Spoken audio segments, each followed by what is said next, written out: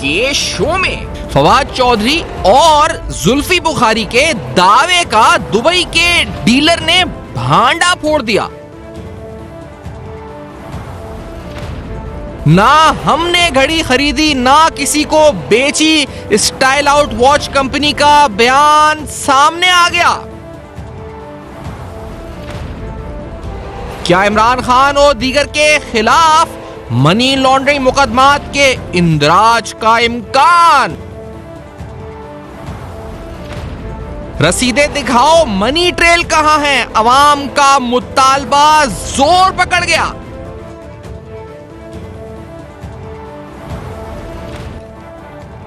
अस्सलाम वालेकुम। बरसपर्दा हक़ाइक़ सनसनीखेज़ इंकिशाफ़ात प्रोग्राम बेनकाब में हूँ आपके साथ सफ़ान खान। नाज़रीन, इमरान खान साहब ने तोशाखाना से घड़ी ली, बेची, आगे जो भी उन्होंने किया, उसके बाद उनके रहनुमा आ गए, उन्होंने आके डिफेंड करने की कोशिश की भरपूर तरीके से ये कोशिश हुई। फवाद चौधरी साहब, जुल्फी बुखारी और शीरी मज़ारी साहब आए, उन्होंने आके तरह तरह से इस वक्त कोशिश की कि इसको डिफेंड किया जा सके। डिफेंड करते हुए उन्होंने एक बात ये की कि ये जो घड़ी थी ये यहाँ एक डीलर को बेची, FIA उसके पीछे लग गई, उस डीलर ने आगे दुबई भेज दी। फिर ये बात यहां रुकी नहीं, ये बात एक स्टेप और आगे गई। जुल्फी बुखारी साहब ने ट्वीट कर दी, एक वीडियो पहले सामने आई मंजर आम पे, जो कि एक स्टाइल आउट कंपनी के जो वॉचेस हैं उनके इंस्टाग्राम पेज पर आई। उस वीडियो को ट्वीट करते हुए जुल्फी बुखारी साहब ने लिखा बड़ा बड़ा लफ्ज में एक्सपोज्ड। उसके बाद उन्होंने लिखा जी कि ये देखें, ये सच्चाई सामने आ गई कि ये जो $250,000 की जो घड़ी थी ये फला डीलर ने इसको बेची थी, इस कंपनी को बेची थी। फिर जो आप जानते हैं कि एक प्रोपोगंडा सिस्टम, पूरा मशीनरी है पाकिस्तान तहरीक इंसाफ के पास अल्हम्दुलिल्लाह। अरसलान बेटा के पूरा एक वॉरियर्स की एक फौज बैठी हुई है, जिनको कहा जाता है कि इसे गद्दार कह दो, इसको मीर जाफर कह दो, इसको मीर सादिक कह दो, इसको गाली दे दो, इसको ट्रेंड बना दो। तो उन लोगों ने बाकायदा, उनका काम बन गया कि वो डिफेंड करें किसी तरह की ये घड़ी जो है, ये जो है इस पर $2.5 लाख की है। ये इतनी महंगी नहीं है, $2.5 लाख की घड़ी है और ये $2.5 लाख में बिकी थी। और ये जो उमर फारूक है ये गलत है, ये फ्रॉड है और ये घड़ी इसको बेची थी, उसने फिर आगे उमर फारूक को दे दियो, तो हमें नहीं पता। ये इस कंपनी ने घड़ी बेची है और इस कंपनी के नाम से इन्होंने ट्वीट्स करना शुरू कर दिए, ट्रेंड बनाना शुरू कर दिए, जो तरीकेकार आप लोग सब जानते हैं पाकिस्तान तहरीक इंसाफ की क़यादत का और उनके कीबोर्ड वॉरियर्स का रहा है। अब आज इस घड़ी के हवाले से असलियत सामने आ चुकी है। इस घड़ी की जो कंपनी है, इनका एक प्रेस रिलीज सामने आ चुका है। जिस शख्स की वीडियो सामने आई थी उसी की वीडियो के साथ वजाहत आ गई है कंपनी की कि जी हमारा कोई ताल्लुक नहीं है इस घड़ी से, ना हमने बेची ना हमने खरीदी, सिर्फ प्रमोशनल कैंपेन के लिए हमने ये घड़ी इस वक्त हासिल की थी। क्या कहा है इस वीडियो को पहले जरा सुनते हैं, फिर आपको लफ्ज ब लफ्ज ये प्रेस ने क्या कहा है उन्होंने। Let's hear this first. Good afternoon, ladies and gentlemen. We have to clarify something because there's a lot of media hype, a lot of political problems going on about a particular watch, and we hereby once and for all want to make a statement that we as Style Out Watches did not sell the watch. We did not sell the Mecca Graph limited edition 1 watch. What we did do is we got it for promotion and marketing reasons. We took the watch from one undisclosed person, made the pictures, we posted on our social media to create attention and hype, and this was back in 2019, not now in this time and era. And then we returned the watch to the person, and whatever happened before or after, we don't know. We only made a picture and a video, and we love the watch, and it's a spectacular watch, so it's amazing on our website, and we never sold it. And now we are being used politically against different parties, and we don't want to be involved in that kind. We just want to sell watches. That's all that we want. So please. तो अब ये सुन ले जो तमाम बैठे हुए और बैठ के साबित करने की कोशिश कर रहे हैं कि इमरान खान साहब ने कुछ गलत नहीं किया, उनकी घड़ी तो $2.5 लाख की थी, ये फजूल में इतनी महंगी कह रहे हैं जी कि खरीद ली इन्होंने।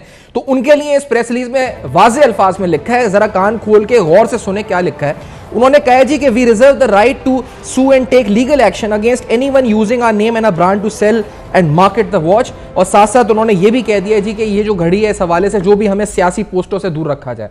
तो आपने किसी अकाउंट को, किसी घड़ी वाले को भी नहीं छोड़ा अपने मकासद के लिए। आप ना जिसका सहारा ले रहे थे, आज वो सहारा भी आपसे छिन गया, क्योंकि वो सहारा भी सामने आ गया, बोल रहा है कि ना हमारी घड़ी है, ना हमने बेची है, ना हमने खरीदी है। लेकिन आपने पूरा बयानिया उस बुनियाद पे बना के प्रेस कॉन्फ्रेंस हैं, ट्वीटें हैं और पूरे ट्रेंड्स बना दिए हैं। अब होने क्या जा रहा है, इमरान खान साहब क्या किन कानूनी मुकदमात या मसाइल में फंस सकते हैं। बशीर मेमन साहब साबिक DG FIA से पहले ये सवाल जानते हैं, किसी तारुफ के मोहताज नहीं है, टॉप इन्वेस्टिगेटर पाकिस्तान के रहे हैं, हम मौजूद हैं। बशीर मेमन साहब, ये मुझे फरमाएं कि ये कौन कौन से मुकदमात मनी लॉन्ड्रिंग FIA के DG की तरफ से, अगर मैं उस नजर से जाविये से देखूं, तो कहाँ फंसते हुए नजर आते हैं और कौन कौन फंसता हुआ नजर आता है आपको इस पूरे मामले में, आपने देखा जिस तरह से? सैफान साहब, सबसे पहले अस्सलाम वालेकुम। वालेकुम सलाम। व्यूअर्स को और आपके दूसरे गेस्ट को भी मैं आपको एक अर्ज करूं कि ये शुरू होगा मुकदमा जहां से शुरू हुई है घड़ी का सफर। मैं थोड़ी देर के लिए, ये घड़ी है तोशा खाना की मिल्कियत, बगैर अप्रूवल के, बगैर पैसे जमा करवाए। जिस बंदे ने जो तोशा खाने का जो कस्टोडियन था उसने वॉच दे दी, पहली बात तो उसके ऊपर होगा मुकदमा। ये ऐसे ही है ना कि एक चौकीदार है बैंक का, उसके पास सेफ की चाबी भी है, वो उठा के आपको पैसे दे दे, दूसरे दिन सुबह आप वापस कर दे उसको। चोरी का मुकदमा होगा सबसे पहले उसके ऊपर। को अक्यूज्ड वही होंगे जिसने बेची है। पहला चोरी, फ्रॉड। और फिर जो मुझे सेक्शन अब याद नहीं आ रहा है इसलिए कि 3 साल मुझे हो गए, कोई के अमानत में खयानत करने का भी, अमानत होती है ना, तोशा खाने का जो कस्टोडियन है उसके पास अमानत है ये सरकार की, गवर्नमेंट की। फिर आ जाए, फिर ये घड़ी गई दुबई, इलीगल चीज दुबई चली गई, तो ये स्मगलिंग की फराह खान साहिबा ने की स्मगलिंग घड़ी की। पर वहां पर जाकर के बेची और कैश पैसे लिए, $7.5 मिलियन दरहम, मतलब $2 मिलियन। अब उधर से लिए कैश और फिर वापस लेके आई पैसे कैश। अच्छा, पैसे जो कैश लेके फिर इसका एक और मुकदमा बनता है जिसमें फराह खान साहब के ऊपर बनता है, वो होता है cash smuggling into Pakistan. Smuggling है ना, सीधी है ना स्मगलिंग। यहां से जो घड़ी गई वो इलीगल चीज थी, ऐसे ही है जैसे चर्च से स्मगलिंग कर ली। ये घड़ी भी इलीगल थी, इलीगली आपने कर ली। फिर आपने झूठी रसीद पेश की, कहां पे? तोशा खाने में, जो कि कंपनी कह रही है कि हमने नहीं इशू की ये रसीद। ये फ्रॉड किया आपने हुकूमत के साथ, जिसने भी पेश की, जिसकी तरह से पेश हुई, जिसको गिफ्ट हुई थी पेश, उसी ने पेश की ना। फिर अब आ जाते, ये तो हो गया क्रिमिनल साइड। मनी लॉन्ड्रिंग तो डेफिनेटली है कि आपने बेची 75 मिलियन की और यहां पर आकर के आपने इतने की शो कर दी। एक तो ये हो गया। फिर तीसरी चीज, सबसे बड़ी बात जो मैं आपको एक अर्ज करने लगा हूं, अभी हमारी क्या इज्जत है सऊदी रॉयल फैमिली में। उन्होंने ये हमें नायाब चीज दी जो कि $2.25 अरब की है, जिसमें इतने सारे हीरे जड़े हैं और इतने बड़े, बहुत बड़े एक फैशन स्टोर से ये बनी हुई है, बहुत बड़े डिजाइनर की बनी हुई है। डिजाइनर कह रहा है कि $12 मिलियन की है और आप कह रहे नहीं, हमने तो 250 मिलियन की बेची। इसका मकसद है कि आप बेइज्जती कर रहे किसकी? You are insulting and humiliating crown prince of Saudi Arabia. Exactly. कि तुमने तो इतना सस्ता तोहफा दे दिया। और दूसरा, आप एक और बात कर रहे हैं, इसमें सऊदी फरमानरवान की आप एक तो उनको ये बता रहे हैं कि आप तो बहुत बड़ा सस्ता मुझे तोहफा दिया था आपने। दूसरा, तुम्हारे तोहफे की मेरी नजरों में कोई अहमियत ही नहीं है, कोई मसला नहीं। आपने मुझे जाती तौर पे दिया था, इसलिए मैंने 92 का वर्ल्ड कप जीता तो आपने मुझे दे दिया, आप मेरे फैन थे। अच्छा, प्राइम मिनिस्टर पाकिस्तान की क्या हैसियत है? मैंने 92 का वर्ल्ड कप जीता।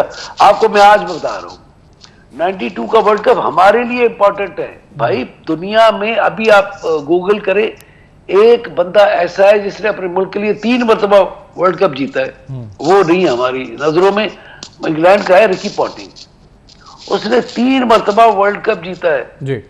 वो दुनिया का वो नहीं है, वो बिल्कुल, वो उसको दुनिया में कौन पूछता है 3 मरतबा जीता क्या हो गया? एक मरतबा, इसने एक मरतबा जीता है, और वो है भी गोरा। हम कहते हैं नहीं, ये हमारा बड़ा स्मार्ट है। अच्छा, वो गोरा जो है वो कोई उसकी छेट आ गई है, सींग लग गई है, बदसूरत आदमी है। दूसरा मैं फिर एक और बात करूंगा मजहबी तौर पे। सऊदी फरमारवा की बहुत मेहरबानी हम पर, इसलिए कि उन्होंने मेरे प्राइम मिनिस्टर को दी, मुसलमान समझते हुए दी। काबतुल्लाह की तस्वीर जिसके पर बनी हुई हो, हम क्या करते हैं ऐसे मुस्लिम? आंखों पे लगाते हैं, आंखों पे लगाते हैं, मुतबर्रिक है हमारे लिए, बिल्कुल मुतबर्रिक हमारे लिए। उन्होंने इसलिए दी थी कि मैं मुसलमान को दे रहा हूं। अगर उन्होंने बेचनी होती तो वो, अगर उन्होंने ये कारोबार ही करना होता तो भाईजान ये अगर, अच्छा मैं डर ये रहा हूं, मैं ये कहता हूं कि ये देखना चाहिए हमारे रिलीजियस, जो हमारी जो मजहबी मतलब जो लोग हैं, उनको देखना चाहिए कि अगर खुदा न खास्ता मेरे मुंह में खाक, अगर ये चीज अगर किसी गैर मुस्लिम के हाथ में चढ़ जाती और वो बेहुरमती करना शुरू कर देता हमारे काबतुल्लाह की तस्वीर की, तो क्या हाल होता? हमने कभी ये सोचा ही है? इनको तो पैसे चाहिए। मैंने आपको पहले भी अर्ज किया था सैफान साहब, आपके साथ पहले भी मेरे प्रोग्राम्स हुए थे मनी लॉन्ड्रिंग पे। ये शख्स चोर है। ये शख्स जो 30 एकड़ के घर में रहता है और करता कुछ भी नहीं है। 50 लाख रुपए सिर्फ मेंटेनेंस का खर्चा। आपका घर है ना, एक कनाल के घर होगा, आप अपनी बेगम साहब से पूछ लेंगे कितना उनका बिल आता है बिजली का और कितने नौकर रखे हुए सफाई सुथराई के लिए। 30 एकड़ के घर पे एक बंदा रहता है जो करता कुछ भी नहीं है, सिर्फ और सिर्फ हराम पे ये हराम है ना। रोज मुझ पर कोई खर्च कर रहा है, क्यों खर्च कर रहा है भाई?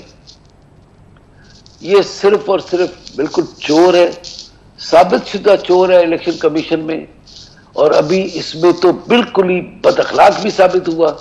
और ये जो मदीने की रियासत की बात करता है, जो आदमी काबतुल्लाह की तस्वीर, मुझे आप बताएं, आप भी, मैं और आप तो, हम तो नॉर्मल मुसलमान है ना, हमने तो कोई मौलवी फाजिल भी नहीं किया हुआ, हमने कोई मदरसे से पढ़ा भी नहीं हुआ। अल्लाह ताला हमें अपने हिफ्ज़-ओ-मान में रखे, आपको भी, आप जवान हैं अभी। मैं ये कर्ज करूं कि हम लोग तो इस तरह की कोई चीज आए तो पहले तो चूमते हैं उसको। यार काबतुल्लाह की तस्वीर बनी हुई है, कहते हैं बाथरूम में भी नहीं। बशीर साहब वो कहते हैं कि बाज घड़ियां वक्त बताती हैं और बाज औकात भी बता देती हैं, तो शायद ये बता दिया इस घड़ी ने। लेकिन ये बताएं शहजाद अकबर साहब के बारे में आप, क्योंकि उनके बारे में उमर फारूक ज़हूर ने फिर बातें की हैं, फिर अब फैसल वार्डा बता रहे हैं कि वो जो डील हुई थी वो भी 190 मिलियन पाउंड्स वाली, और वो मुल्क में है नहीं। उनको क्या पाकिस्तान लाया जाए? क्या FIA लेकर आएगी? क्या उनके ऊपर इल्जाम जो संगीन लग रहे हैं इस पर आप क्या कहेंगे? मैं आपको एक अर्ज करूं, आज जो कल को प्रेस कॉन्फ्रेंस की, मैं थोड़ी सी आपको फिर थोड़ी सीक्वेंस ऑफ इवेंट्स मैं थोड़ा सा मैं लेकर चलना चाहता हूं। मुझे हैरत होती है, फवाद चौधरी, जुल्फी बुखारी, ये दोनों बैठ करके टीवी पे झूठ बोल रहे, ना शर्म कोई हया, और बात कर रहे हैं। और आज उन्होंने क्लियर कर दिया जो आप बता रहे हैं। मैं तो गांव में हूं, मुझे पता नहीं है, मैं तो ट्विटर पे भी नहीं सर, नहीं आप मैंने पढ़ लिया, मैंने आपका इंट्रो में आपने दिखा दिया, और उसका मालिक का बयान ही आपने खुद ट्विटर कर दिया। भाई चोरी के लिए अक्ल तो पैदा कर लो भाई। पहले आपने चीज चुरा ली, उसके बाद पैसे जमा करा दिए, जितने चाहे उतने जमा करा दिए। अच्छा, फिर अपनी चोरी को जस्टिफाई भी कर रहे हैं कि हमने ठीक किया, मेरा तोहफा मेरी मर्जी। ओ भाई तेरा तोहफा नहीं है, जाती तौर पे थोड़ी मिला है, ये प्राइम मिनिस्टर पाकिस्तान को मिला है। प्राइम मिनिस्टर पाकिस्तान जो है वो इसलिए ये नहीं है प्राइम मिनिस्टर जिस तरह चाहे अपना तोहफा बेच दे, नहीं बेच नहीं सकता। अच्छा, फिर दूसरा कहते जी जरदारी साहब तो गाड़ी इस्तेमाल कर रहे। ओ भाई जिसने गाड़ी दी थी वो खुश होता होगा जी कि अच्छा मेरी दी हुई गाड़ी जरदारी साहब इस्तेमाल कर रहे, लेकिन आज सऊदी फरमा रवा को ये पता लगा होगा क्राउन प्रिंस को कि यार मेरी दी हुई घड़ी उन्होंने बेच दी, उनको दुख होगा, खुशी होगी। Number 1। Number 2, Shahzad Akbar. Shahzad Akbar broker था डील का, और दूसरा शहजाद अकबर तो दिहाड़ी लगाने आया था ना। ये 2 4 5 लोग थे जो दिहाड़ी लगाने आए थे, और जो डॉक्टर साहब नहीं थे हेल्थ वाले, जफर साहब जी, वो किधर गए? वो अपनी दिहाड़ी लगा के चले गए, अरबों रुपया कमा के।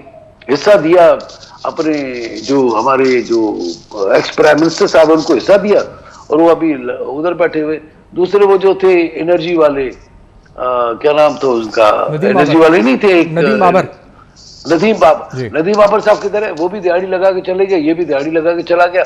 बाकी कुछ दिहाड़ियों वाले अभी तक मौजूद है यहाँ पे। सही, उम्मीद करते हैं। मैं कहता हूँ फॉरेन इनका नाम ईसीएल पे आना चाहिए, उनको मूल लाना चाहिए। बिल्कुल आना चाहिए। बशीर साहब, मैं आपका शुक्रिया भी अदा करता हूं। इस सेगमेंट को हम आपसे बात की और आपने कानूनी और तमाम पहलुओं से इस पर बात की है। शुक्रिया अदा करते हुए एक ब्रेक की तरफ बढ़ते हैं। क्या खुदा ना खास्ता डिफॉल्ट के नजदीक है? इमरान खान साहब ये बयानियां बना रहे हैं, इस पर थोड़ा माशी पहलू से भी और सियासी पहलू से गुफ्तगू करेंगे। एक ब्रेक के बाद आकर हमारे साथ रहिए।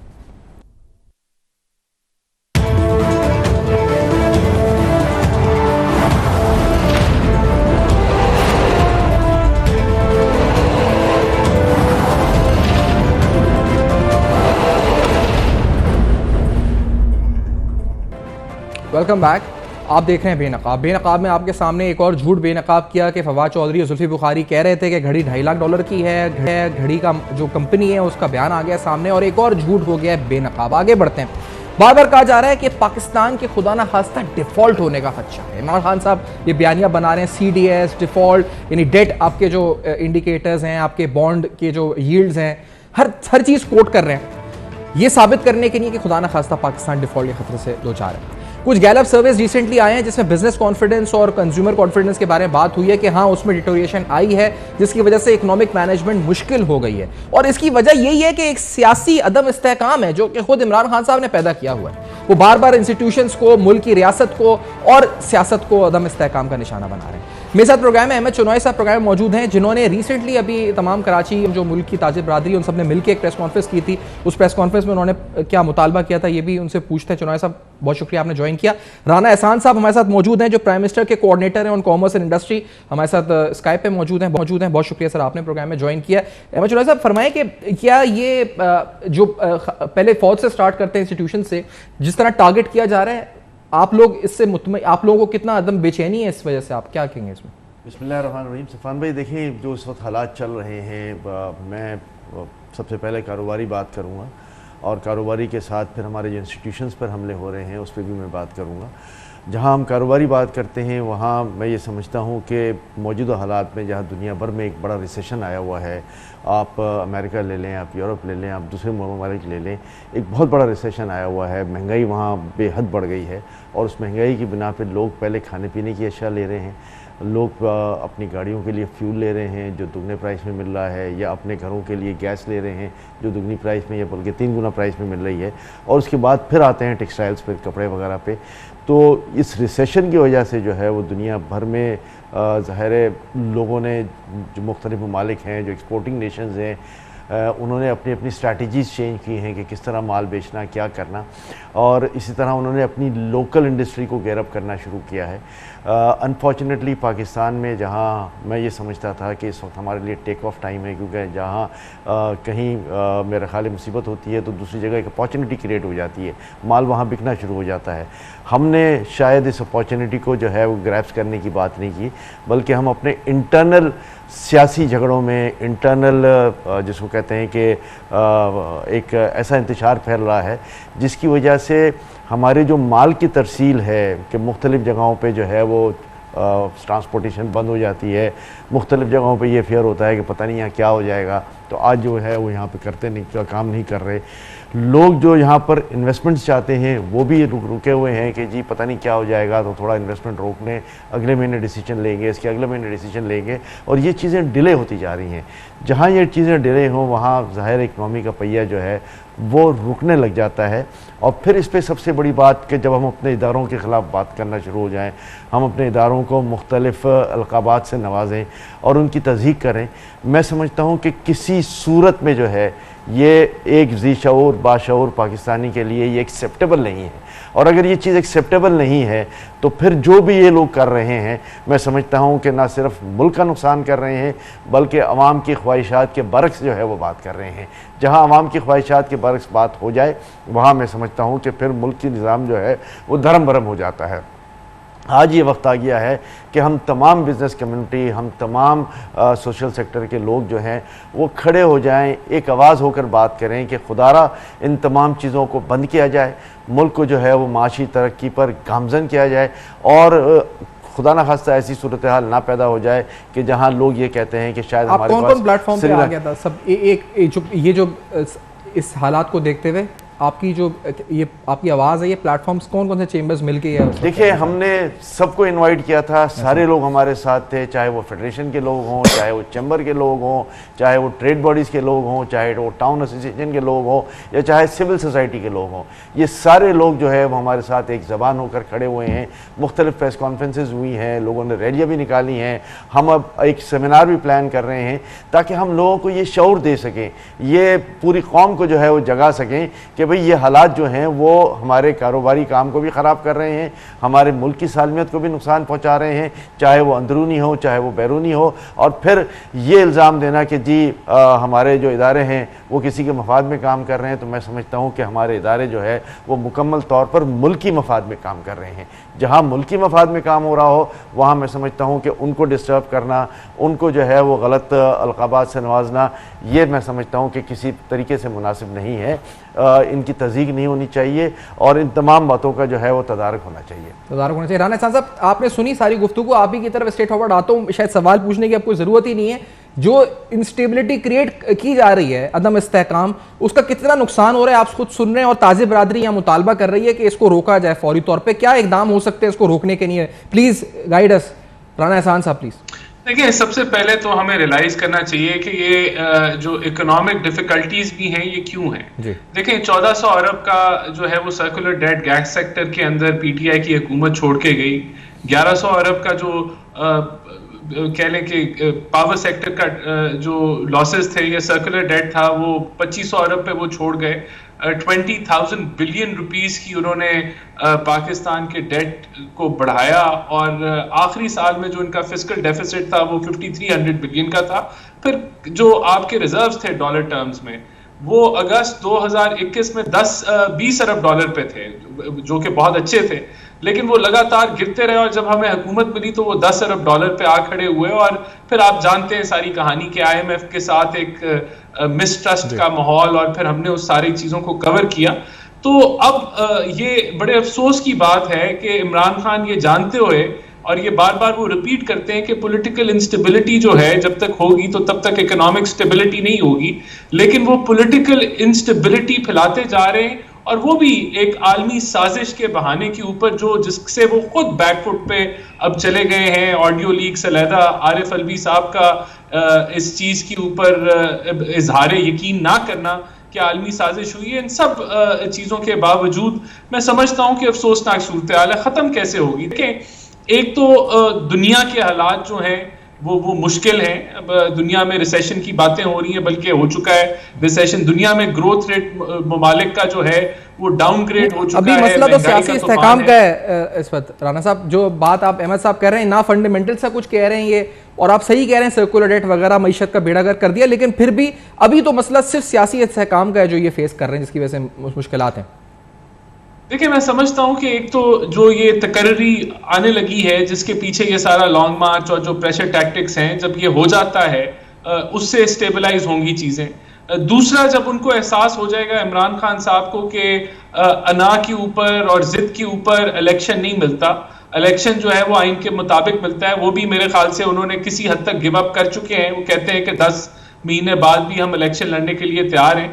तो मैं समझता हूं कि ये लॉन्ग मार्च का एपिसोड जब इख्तिताम पजीर होगा तो काफी हद तक चीजें काम डाउन हो जाएंगी। मैं इसको आने वाले दिनों के अंदर देखता हूं कि ये मसाइल जो हैं वो जरूर हल हो जाएंगे। अच्छा, ये बताएं अहमद चौनारी साहब कि मुल्क के बारे में बार बार ये कह देना कि मुल्क डिफॉल्ट हो जाएगा और ये हो जाएगा, आप नहीं समझते इससे जो अगर आपका बॉन्ड होल्डर है बाहर, इस पे ये जो आपके बाहर जिन्होंने कर्जा दिया है और आपके इन्वेस्टर्स भी हैं, ये ऑलरेडी उनका जो कॉन्फिडेंस शैटर हुआ है, आप उनको बार बार बोल रहे हैं जी ये डिफॉल्ट हो रहा है, डिफॉल्ट हो रहा है, क्या मैसेज जा रहा है? सही, क्या मुल्क के बारे में कह रहे हैं? परसेप्शन जो है वो तो खराब हो रहा है और मुसलसल खराब हो रहा है, लेकिन मैं समझता हूँ अगर आप ज़ाती तौर पे मुझे पूछेंगे तो इसका एक बड़ी तफसील से जो है वो एनालिसिस आ चुके हैं कि पाकिस्तान क्यों डिफ़ॉल्ट नहीं करेगा। और मैं समझता हूँ कि जो तफसील पेश की गई है मिनिस्ट्री ऑफ फाइनेंस की जानिब से भी और मुख्तलिफ सर्कल्स की जानिब से भी, मुख्तलिफ माशी जो हजरात हैं उन्होंने भी इसको पेश किया है, तो मैं समझता हूँ कि कोई वजह नहीं है खुदा न खास्ता कि पाकिस्तान डिफ़ॉल्ट हो जाए। क्यों बयानियां बना रही हैं? हमें देखिए, ये तो मुल्क को डिस्टेबलाइज करने की फिर बात हो जाती है, फिर जो है वो लोगों को ये कहना कि पाकिस्तान में जो है वो ये होने जा रहा है, पाकिस्तान के पैसे आप लोगों को नहीं मिलेंगे और पाकिस्तान के बॉन्ड्स की कीमतें जो है वो मुसलसल गिरने की बातें की जा रही हैं। तो मैं समझता हूँ कि आज हमें तदब्बुर से काम लेना चाहिए। खुदारा ये हमारा मुल्क है, हम सिर्फ प्रजम्पशंस पे, नारों पर इस मुल्क को जो है वो तबाह बर्बाद नहीं करवा सकते। हमें लोगों को एक ट्रस्ट लेवल देना होगा, लोगों को एक कॉन्फिडेंस लेवल देना होगा। मैं ये समझता हूँ कि इकोनॉमी की जो हालात हैं, एक ब्रेक ले लीजिए, ब्रेक के बाद आते हैं तो राना साहब से पूछते हैं। मेरे ख्याल से हर बार जब साहब आते हैं तो पाकिस्तान के डिफॉल्ट के चांसेस वो 5-10% और बढ़ा देते हैं। एक बार आए उन्होंने 75 बोला, अगली बार 80 बोल दिया, अब अगली बार शायद थोड़ी देर बाद आएंगे तो 85 बोल दें, फिर 90 बोल दें, खुदा ना खास्ता। तो वो मेरे ख्याल से या तो चाह रहे हैं कि 100 हो जाए या खुदा ना खास्ता डिफॉल्ट करके श्रीलंका बन जाए, और इंशाल्लाह ऐसा हो नहीं रहा। इस ब्रेक के बाद आपको बताएंगे क्यों नहीं हो रहा।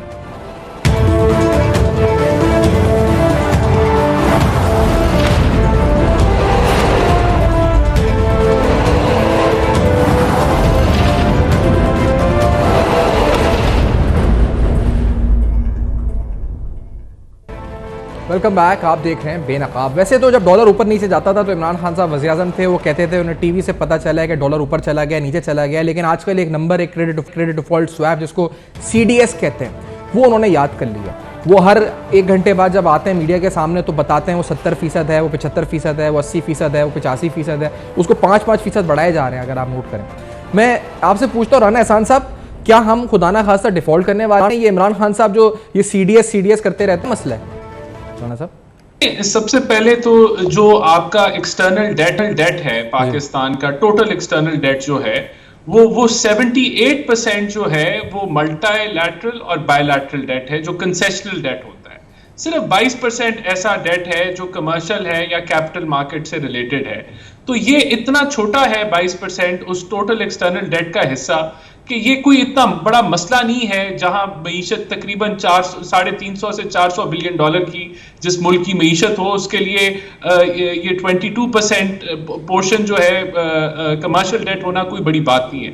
देखिए, ये 1 बिलियन का बॉन्ड जो है वो रिटायर हो रहा है दिसंबर में। हम लोग we are comfortable to retire it, और हमारी जितनी भी कमर्शियल लायबिलिटीज हैं और बॉन्ड रिटायरमेंट है, वी फील वेरी कंफर्टेबल। इसी के साथ साथ मैं आपको बताना चाहता हूं, बल्कि I want to reassure everyone who is watching कि जितने भी हमारे आउटफ्लोज हैं इन डॉलर टर्म्स इस साल के अंदर, जो करंट अकाउंट डेफिसिट है और 22 अरब डॉलर की डेट रीपेमेंट है, उसकी अरेंजमेंट हमने की हुई है, बल्कि उससे बढ़ के थोड़ी सी अरेंजमेंट की हुई है। तो हम समझते हैं by the end of this fiscal year इंशाल्लाह ताला, if everything goes according to plan, we will add to our reserves. और उसकी जो एक निशानी है वो ये जो 13 बिलियन डॉलर की बात जो इसाकदार साहब ने की, जो चाइना से और सऊदीया से हमें उम्मीद है, तो दैट इज उसके अंदर काफी पोर्शन जो है, कोई तकरीबन 6-7 अरब डॉलर का, 6 अरब डॉलर का पोर्शन वो है जो हमारी जो प्लानिंग हमने की हुई थी उससे बढ़ के है। तो मैं समझता हूं कि थिंग्स विल बी बेटर। एक पॉलिटिकल इंस्टेबिलिटी जिसके जिम्मेदार इमरान खान है वो क्लियर आउट हो जाए, और थोड़ा जब ये आगे बढ़ के हमारे ये इन्फ्लोज आते हैं तो चीजें जो हैं वो नॉर्मलाइज होंगी। जितनी चीज तेजी से ये जो CDS की बात करते हैं ये बड़ा है, उतनी ही तेजी से ये वापस नॉर्मलाइज भी हो जाएगा। इन्वेस्टर कॉन्फिडेंस है चुनोय साहब, वो किधर खड़ा है? CDS इमरान खान साहब हर आगे 1 घंटे बाद बोलते हैं, वैसे ही कहते हैं बड़ा रिस्क अवर्स होता है इन्वेस्टर, वो किधर खड़ा है? वो डरता है इन बातों से? देखिए, जाहिर है एक परसेप्शन जब आता है तो लोग जो है वो हेजिटेंट हो जाते हैं। मगर मैंने आपको जब वक्फे में मैं आपसे बात कर रहा था कि जो स्मार्ट इन्वेस्टर है वो ये समझ रहा है कि पाकिस्तान का एक बहुत बड़ा पोटेंशियल है और ये प्राइसेस बिल्कुल नीचे आई हुई हैं। मैं पाकिस्तान बॉन्ड की हम बात कर रहे थे, तो लोगों की एक बड़ी डिमांड है। आज आप बॉन्ड पाकिस्तान का लेने जाएं तो मिलता नहीं है, और जब गवर्नमेंट की तरफ से एश्योरेंस आ जाए, राणा साहब ने एक एश्योरेंस दी है कि दिसंबर में हमारा पे आउट जो है वो बिल्कुल सही हो जाएगा, वक्त पे हो जाएगा, और हम बड़ी कंफर्टेबल पोजीशन में है फिस्कल ईयर के एंड पे $22 बिलियन पे। तो मैं समझता हूँ कि अगर आपने ये सारा अरेंजमेंट किया हुआ है तो फिर where is the issue? Issue यही है कि हमने अपने आप को सही मैनेज करना है, अपनी परसेप्शन जो है दुनिया के सामने सही करनी है, दुनिया को ये बताना है कि पाकिस्तान में हालात नॉर्मलाइज हैं, पाकिस्तान से आप ट्रेड करें, चाहे वो एक्सपोर्ट की मद में हो चाहे इंपोर्ट की मद में हो। और दूसरा, जो एक बहुत बड़ा डेफिसिट आ गया था हमारे पास जब हम पिछले साल की बात कर रहे हैं, और जब हमने क्लोज किया तो $30 बिलियन की एक्सपोर्ट और $76 बिलियन का हमारा इंपोर्ट, और साथ में $30 बिलियन का लगभग रेमिटेंसेस, तो $16 बिलियन का डेफिसिट जो है वो एक्सेप्टेबल नहीं होता कहीं। यहाँ हमने इंपोर्ट्स को मैनेज करने की बात की है। तो आप पिछले अभी जो आज पाकिस्तान ब्यूरो ऑफ स्टैटिस्टिक्स का और पाकिस्तान बिजनेस काउंसिल के फिगर्स आए हैं, जिसमें जुलाई से लेकर अक्टूबर तक का कंपैरिजन दिया हुआ है, इस साल का और पिछले साल का, तो आप देख लें कि मोरलेस हम सेम पोजीशन में हैं, हम बड़ी कंफर्टेबल पोजीशन में हैं। तो जब पिछले साल सही पोजीशन थी, तो आज इन्हीं फिगर्स के साथ ये पोजीशन क्यों सही नहीं है? अच्छा, आज इन फिगर्स को क्यों हम गलत बता रहे हैं? अच्छा, ये तो आप सही कह रहे हैं, और जो लोग सुन रहे हैं देख रहे हैं वो समझ लें कि कोई हम खुदा ना खासा डिफॉल्ट हम कर ही नहीं सकते। अल्हम्दुलिल्लाह पाकिस्तान की ऐसी माशी सूरत हाल नहीं है, तो ये तो लिख लें, एक बात अपने जहनों में बैठा लें। दूसरी बात, ये जो इलेक्शन की बात है, क्या बिजनेस कम्युनिटी के अंदर ये कॉन्फिडेंस आ गया कि इलेक्शन वक्त पर ही होंगे, या कोई अनसर्टेनिटी बची है? क्योंकि लॉन्ग मार्च तो फेल हो गया पूरी तरह, वो उसमें कुछ हो नहीं सका। तो हम ये कहते हैं कि ये सियासी बातें हैं, सियासतदानों से कर लें, लेकिन as a civil society worker मैं हमेशा ये कहूँगा कि जी टेन्योर और टर्म्स जो हैं वो हमेशा पूरे होने चाहिए, और जैसे लास्ट टाइम हुआ था कि 5 साल पूरे हुए थे, तो आईनी तौर पे होने चाहिए। कॉन्फिडेंस आ गया अभी आप लोगों में कि हाँ जी इलेक्शन वक्त पर ही होने, इमरान खान साहब कुछ बिगाड़ नहीं सकते, ये कुछ भी लॉन्ग मार्च से इलेक्शन वगैरह। देखिए, हम तो ये समझते हैं कि जी मौजूदा गवर्नमेंट, एस्टैब्लिशमेंट और कोर्ट्स जो हैं वो इस बात पर बड़े फर्म हैं कि जो आईनी तौर पर फैसला है उसी के मुताबिक फैसले हों सारे, चाहे उसमें हमारी इलेक्शन की बात हो, चाहे उसमें किसी को सरबराह बनाने की बात हो, ये सारी चीज़ें उस पर पूरी होनी चाहिए। और मैं फिर एक दफ़ा रिट्रेट करता हूँ आपके प्रोग्राम में कि देखें खुदारा, इस किस्म की बातें जो हमारे इंस्टीट्यूशंस के ख़िलाफ़ जाती हैं, मैंने पिछले प्रोग्राम से भी बहुत दफ़ा कहा है और आज भी इसको रिट्रेट कर रहा हूँ कि आर्मी हमारी रेड लाइन है, इसको क्रॉस करने की बात ना करें। ये जहाँ क्रॉस हो गई वहाँ मैं समझता हूँ कि पूरी पाकिस्तान की न सिर्फ बिजनेस कम्युनिटी बल्कि सिविल सोसाइटी भी जो है वो मैदान में आ जाएगी कि जी ये बातें नहीं होनी चाहिए, ये मुल्क की वक़ार के ख़िलाफ़ हैं, मुल्क की इंटरनल और एक्सटर्नल सिक्योरिटी दोनों को हर्ट करती है। बहुत शुक्रिया अहमद चुनैसा, आपने वक्त दिया, प्रोग्राम में ज्वाइन किया। राना एहसान साहब बहुत शुक्रिया, में ज्वाइन किया। तो हमने घड़ी चोरी के किस्से से शुरू की कहानी के उस पर क्या झूठे बयानिए बनाए गए, फिर आपको माशी बयानिए के बारे में उसकी हकीकत बताई। फीडबैक आप दे सकते हैं फेसबुक, ईमेल।